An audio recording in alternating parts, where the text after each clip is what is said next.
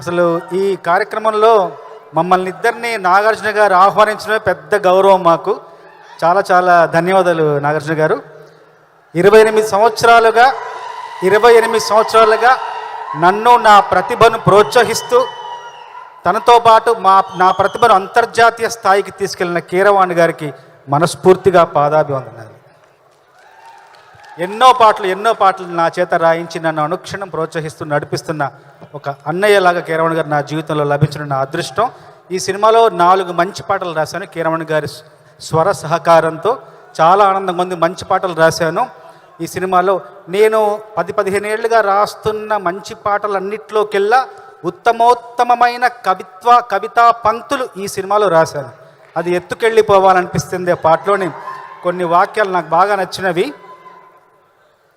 అందులో కొన్ని వాక్యాలు ఉన్నాయి 2. ఎంత ఎంత ఎంత ముద్దుగున్నావంటే ఒక్క మాటలోన చెప్పాలంటే చందమామకే పిల్లలు పుడితే నిన్ను చూపించి అన్నం తినిపిస్తాదే. మరి అట్టా ఉంటే ఏం చేస్తాం?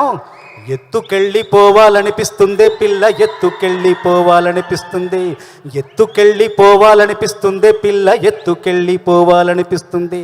నా గుండె కోటల రాణివి నువ్వంట, నా 2 కాళ్ళ పల్లకిలోన ఎత్తుకెళ్ళిపోవాలనిపిస్తుంది పిల్ల, ఎత్తుకెళ్ళిపోవాలనిపిస్తుంది.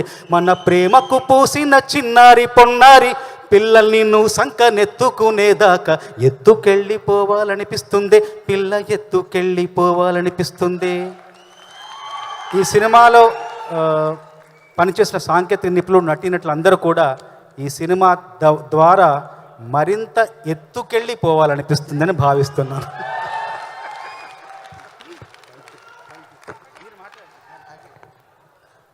Thank you so much Keeravani గారు, అండ్ అలాగే thank you so much Chandrabose గారు.